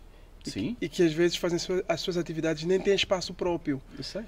E muitas das vezes, agora estou a falar como experiência própria. Sim. E é muito difícil cá nós em Évora, algumas associações, vou falar agora em nome de algumas associações, arranjar um espaço que é para fazer as suas atividades. Lamento que assim seja. É muito difícil. Só posso dizer que lamento e que todas aquelas que me fizerem chegar eu tentarei... E voltamos naquela questão do empreendedorismo, estás a perceber, né? E depois as pessoas começam a ficar desgastadas assim com uma associação. Essas voltas todas que dá, sem fins lucrativos, imagina... Lamento muito que assim seja e não há razão para que assim seja, porque a Câmara de Évora tem alguns espaços e tem protocolo com outros espaços que não são seus para que as coisas possam acontecer. Portanto, lamento que assim seja portanto, se me fizerem fazer chegar, posso perguntar exatamente porque é que isso aconteceu. Como, aliás, estou a fazer agora relativamente a um caso concreto, uma associação concreta que pediu um espaço e que lhe disseram que não, porque não. E estou a perguntar, mas porquê é que não? Até porque digo isso porque eu conheço uns rapazes que querem dinamizar como é que eu digo? Querem dinamizar o campo cultural, músicas, espetáculos culturais. Sim. Em Évora, está a perceber? E estão a ver locais próprios para ver se dá um espetáculo cultural, multicultural, com vários artistas de vários países. E está a ser uma dor de cabeça. Já se pensou na Praça do Geraldo, mas depois os impasses da Câmara, pensou-se muito na Arena, também está a saber.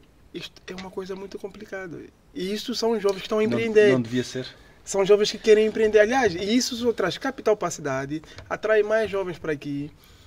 Se não tem uma queima das fitas, ou uma feira de São João, ou agora aqui a Fundação Jean de Almeida, o E-Live, que dá essas iniciativas, e depois temos aqueles espetáculos de ruas que temos no verão, não se passa nada na cidade. Lá está aquilo que eu acho que Évora lhe faz falta, que é construir ao lado é a Câmara de Évora estar ao lado e construir com as pessoas.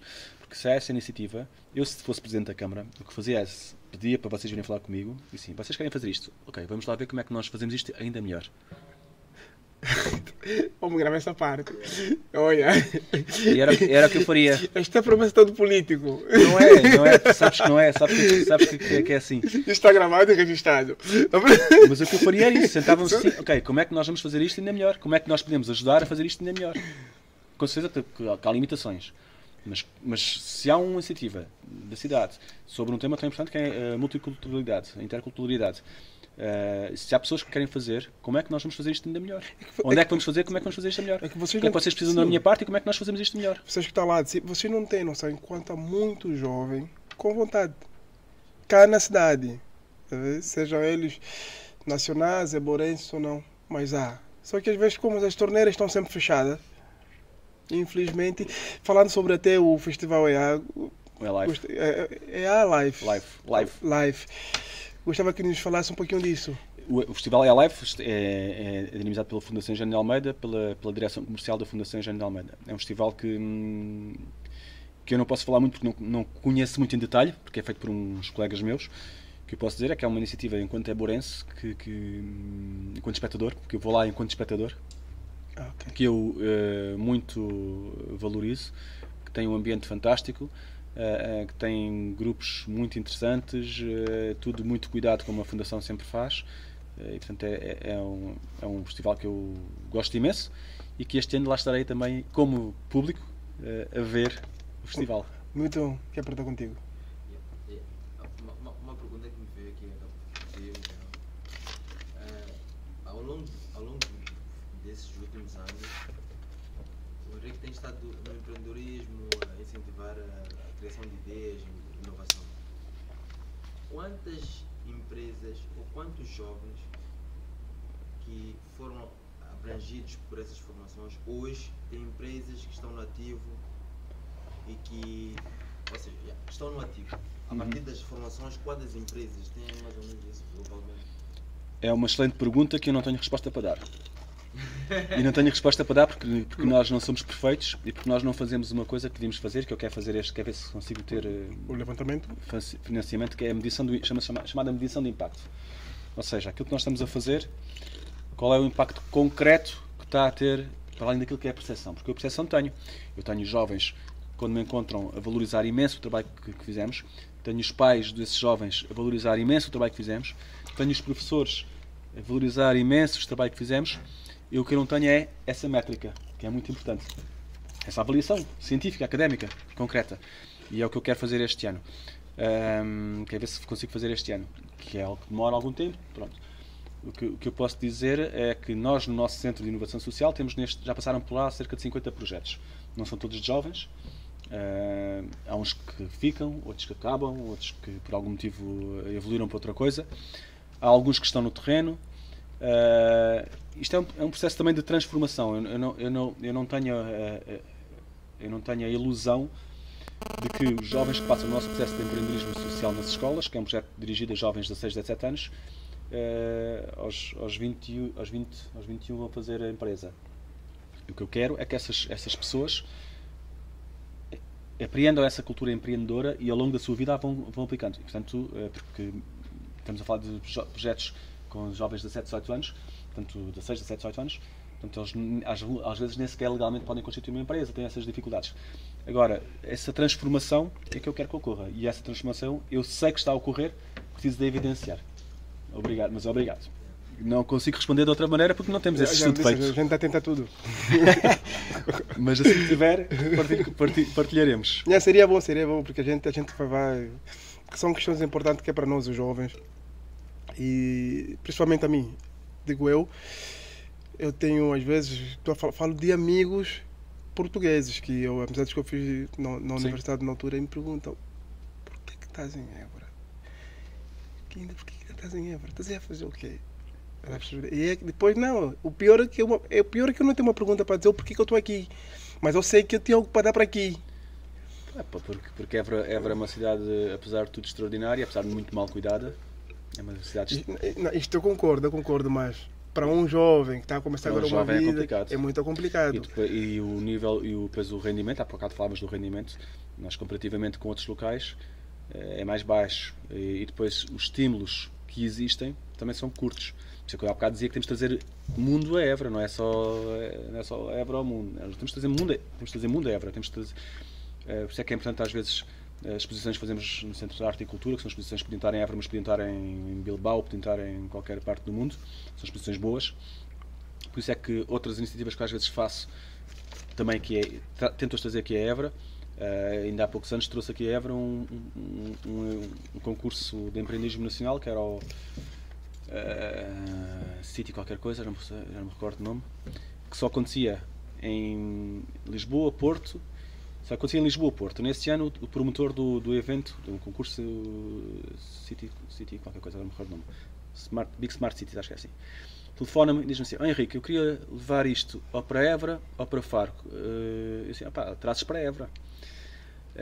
Eu estou de férias, mas eu garanto que fazes isso aqui em Évora. Era o Big Smart City. Pensaram o Alentejo, eu digo sempre isso, pensaram o Alentejo. Faz aqui em Évora, não vais para fora coisa nenhuma, faz aqui em Évora.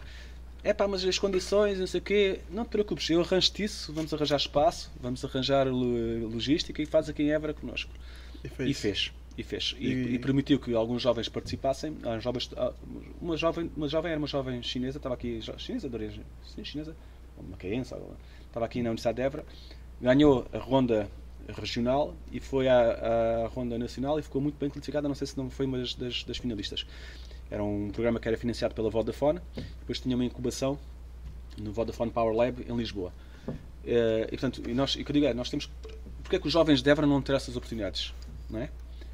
Agora nós temos que, nas nossas pequenas condições, fazer acontecer aqui, porque senão vão-se embora, porque não há nada, não acontece nada. Não acontece nada. Já teve quase. Pronto. Então, honesto, já tive quase. Nós temos estímulos, temos mundo, temos dinâmicas, temos coisas a acontecer que acontecem aqui, como acontecem em Lisboa, como acontecem numa qualquer.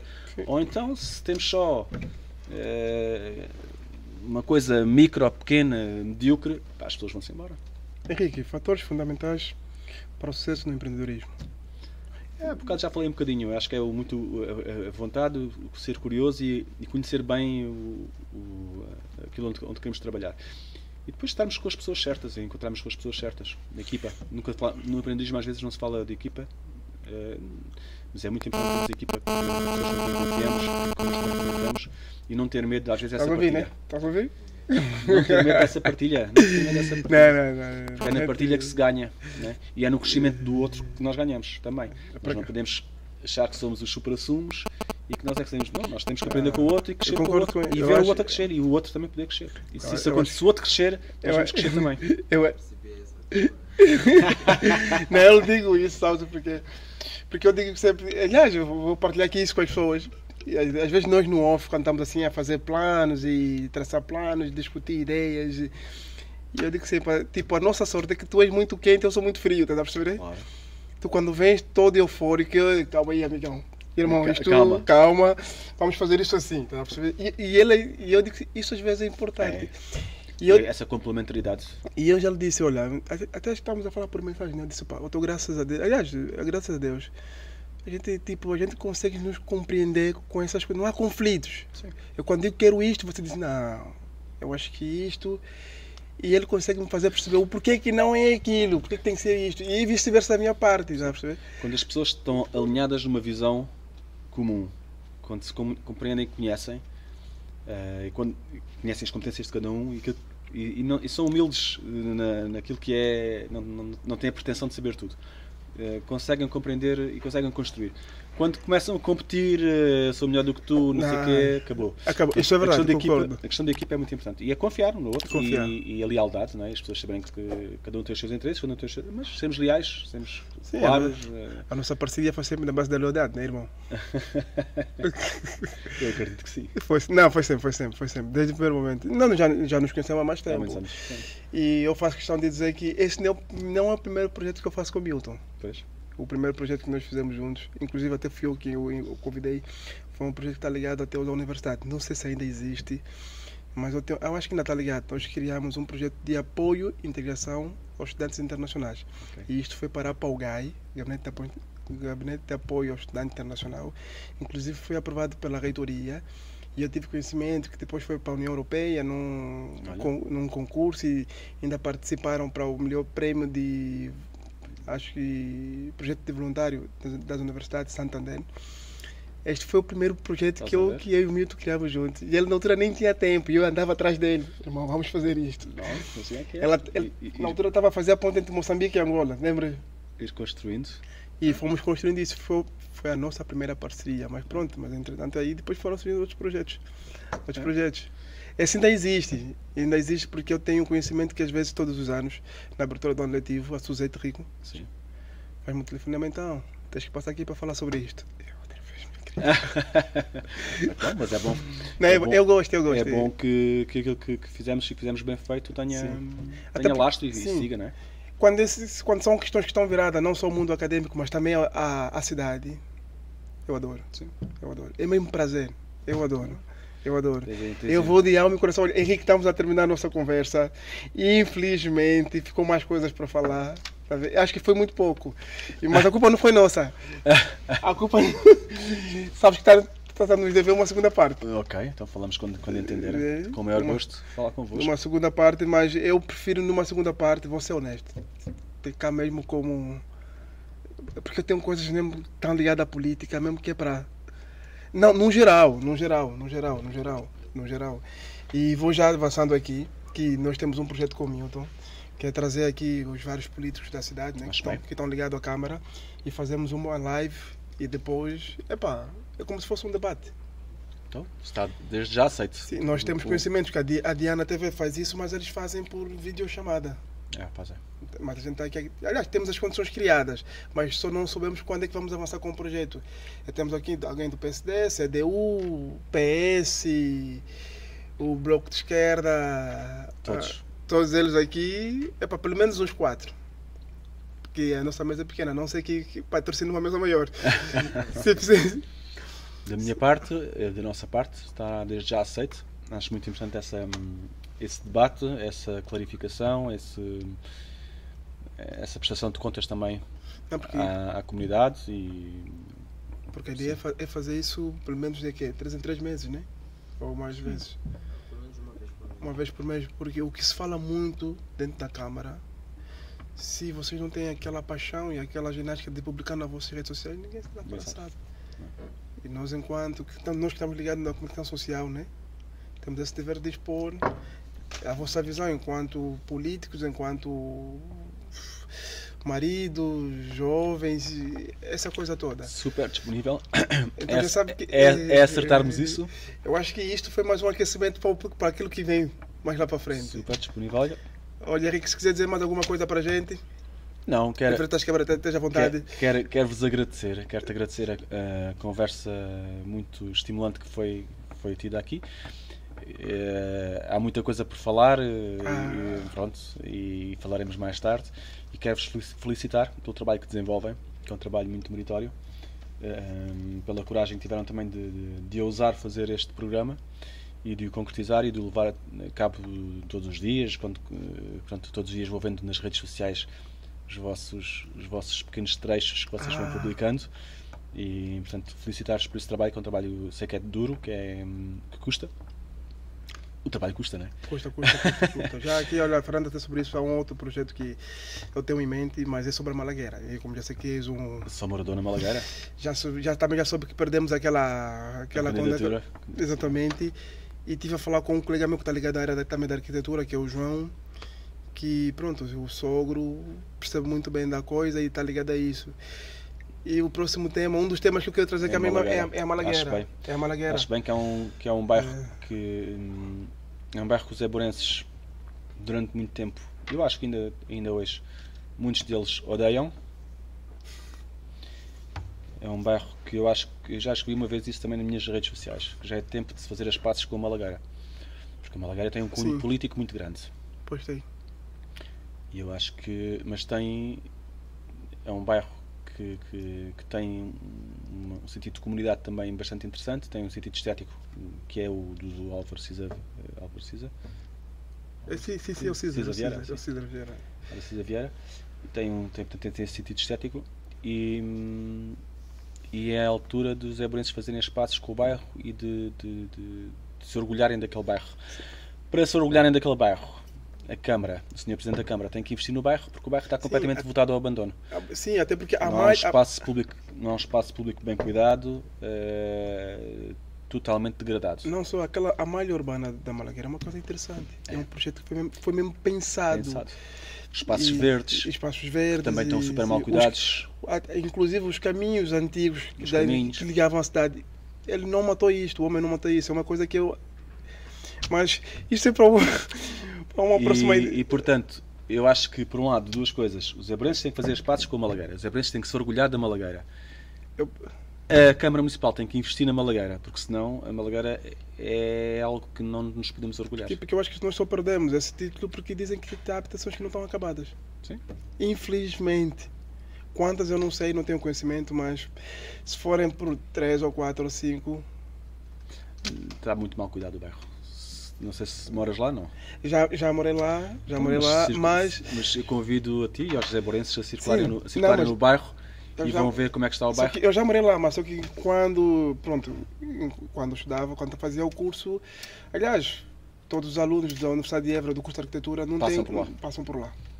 Mesmo a própria casa do Cisa Vieira está completamente mal cuidada. Olha para isto.